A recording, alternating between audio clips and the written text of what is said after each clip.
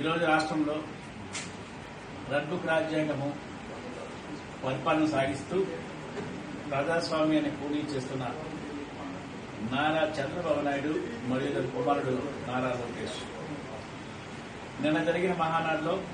మరి ముఖ్యంగా దళిత సంక్షేమానికి 40,000 కోట్ల రూపాయల ఖర్చు పెట్టామని గొప్పలు చెప్పుకున్న తెలుగుదేశం పార్టీ నాయకులు ఈరోజు తెనాల్లో జరిగే ముగ్గురు దళిత మరియు మైనారిటీ యువకులపై వరుటికి ప్రయోగించి మానవ హక్కులను ఉల్లంఘించిన వైనాన్ని ఈ తెలుగుదేశం ప్రభుత్వం ఈ ఎన్డీఏ కూటమి గుర్తు రాకపోవడం నిజంగా శోచనీయం. ఈ రాష్ట్రంలో ఉండే బడుగు బలహీన వర్గాలకి, నిమ్న జాతులకి, అట్టడిగ వర్గాలకి మరి ముఖ్యంగా దళితుడికి రక్షణ లేకుండా పోయింది. ఈ రాష్ట్రంలో దళిత ఐపీఎస్ ఆఫీసర్ని రోడ్డు మీద నిలబెట్టిన వైనం, దళిత మహిళలపై కాట్ పెట్టించిన వైనం, మరి ముఖ్యంగా దళిత నాయకులపై తప్పుడు కేసులు పెట్టడం వేయడం కూడా గుర్తు చేసుకోవాల్సిన బాధ్యత రాష్ట్ర ప్రభుత్వానికి ఎంతైనా ఉంది.